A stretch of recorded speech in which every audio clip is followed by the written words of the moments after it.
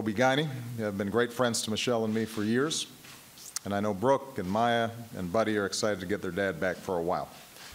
So this is bittersweet, but with his typical dedication, Eric has agreed to stay on as Attorney General until I nominate a successor, and that successor is confirmed by the Senate, which means he'll have a chance to add to a proud career of public service, one that began nearly 40 years ago as a young prosecutor in the department that he now runs. He was there for 12 years, taking on political corruption until President Reagan named him to the bench as a judge. Later, President Clinton called him back. So all told, Eric has served at the Justice Department under 6 presidents of both parties, including a several-day stint as acting Attorney General at the start of George W. Bush's first term. And through it all, he's shown a deep and abiding fidelity to one of our most cherished ideals as a people, and that is equal justice under the law. As younger men, Eric and I both studied law, and I chose him to serve as Attorney General because he believes, as I do, that justice is not just an abstract theory. It's a living and breathing principle. It's about how our laws interact with our daily lives. It's about whether we can make an honest living, whether we can provide for our families, whether we feel safe in our own communities and welcomed in our own country, whether the words that the founders set to paper 238 years ago apply to every single one of us, and not just some. That's why I made him America's lawyer, the people's lawyer. That comes with a big portfolio, from counterterrorism to civil rights, public corruption to white-collar crime, and alongside the incredible men and women of the Justice Department, men and women that I promise you he is proud of and will deeply miss, Eric has done a superb job. He's worked side by side with our intelligence community and the Department of Homeland Security to keep us safe from terrorist attacks and to counter violent extremism. On his watch, federal courts have successfully prosecuted hundreds of terror cases, proving that the world's finest justice system is fully capable of delivering justice for the world's most wanted terrorists. He's rooted out corruption and fought violent crime. Under his watch, a few years ago, the FBI successfully carried out the largest mafia takedown in American history. He's worked closely with state and local law enforcement officers to make sure that they've got the resources to get the job done. And he's managed funds under the Recovery Act to make sure that when budgets took a hit, thousands of cops were able to stay on the beat nationwide. He's helped safeguard our markets from manipulation and consumers from financial fraud. Since 2009, the Justice Department has brought more than 60 cases against financial institutions and won some of the largest settlements in history for practices related to the financial crisis, recovering $85 billion, much of it returned to ordinary Americans who were badly hurt. He's worked passionately to make sure our criminal justice system remains the best in the world.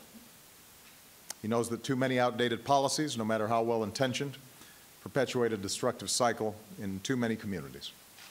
So Eric addressed unfair sentencing disparities, reworked mandatory minimums, and promoted alternatives to incarceration.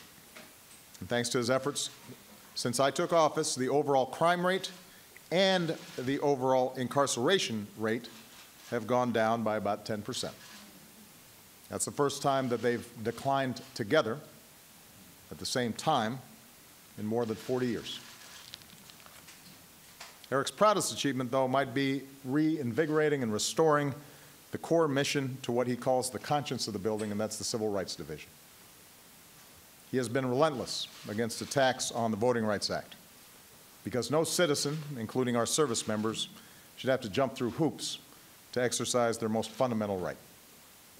He's challenged discriminatory state immigration laws that not only risked harassment of citizens and legal immigrants, but actually made it harder for law enforcement to do its job. Under his watch, the department has brought a record number of prosecutions for human trafficking and for hate crimes, because no one in America should be afraid to walk down the street because of the color of their skin, the love in their heart, the faith they practice, or the disabilities that they live with. He's dramatically advanced the cause of justice for Native Americans, working closely with their communities. And several years ago, he recommended that our government stop defending the Defense of Marriage Act, a decision that was vindicated by the Supreme Court and opened the door to federal recognition of same-sex marriage and federal benefits for same-sex couples. It's a pretty good track record. Eric's father was an immigrant who served in the Army in World War II, only to be refused service at lunch counters in the nation he defended. But he and his wife raised their son to believe that this country's promise was real. And that son grew up to become Attorney General of the United States. And that's something. And that's why Eric's worked so hard, not just in my administration, but for decades, to open up the promise of this country to more striving, dreaming kids like him. To make sure that those words, life, liberty, and the pursuit of happiness, are made real for all of us. So soon, Eric, Sharon, and their kids will be a bit freer to pursue a little more happiness of their own, and thanks to Eric's efforts, so will more Americans, regardless of race or religion, gender or creed, sexual orientation, or disability, who will receive fair and equal treatment under the law. So I just want to say thank you, Eric. Thank you to the men and the women of the Justice Department who work day in and out for the American people, and we could not be more grateful for everything that you've done, not just for me and the administration, but for our country.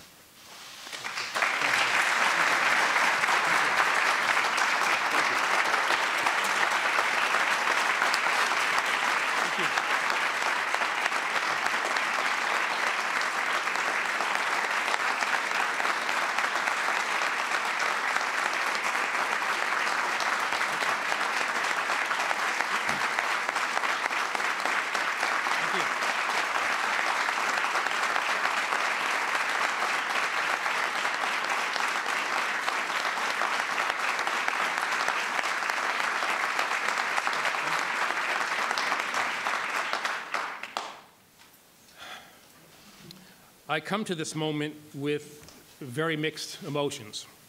Proud of what the men and women of the Department of Justice have accomplished over the last 6 years, and at the same time, very sad that I will not be a formal part of the great things that this department and this president will accomplish over the next 2. I want to thank you, Mr. President, for the opportunity that you gave me to serve and for giving me the greatest honor of my professional life. We have been great colleagues, but the bonds between us are much deeper than that. In good times and in bad, in things personal and in things professional, you have been there for me. I'm proud to call you my friend. I'm also grateful for the support you have given me and the department as we have made real the visions that you and I have always shared. I often think of those early talks between us about our belief that we might help to craft a more perfect union. Now, work remains to be done, but our list of accomplishments is real. Over the last 6 years, our administration, your administration, has made historic gains in realizing the principles of the founding documents and fought to protect the most sacred of American rights, the right to vote. We have begun to realize the promise of equality for our LGBT brothers and sisters and their families. We have begun to significantly reform our criminal justice system and reconnect those who bravely serve in law enforcement with the communities that they protect. We have kept faith with our belief in the power of the greatest judicial system the world has ever known to fairly and effectively adjudicate any cases that are brought before it, including those that involve the security of the nation that we both love so dearly.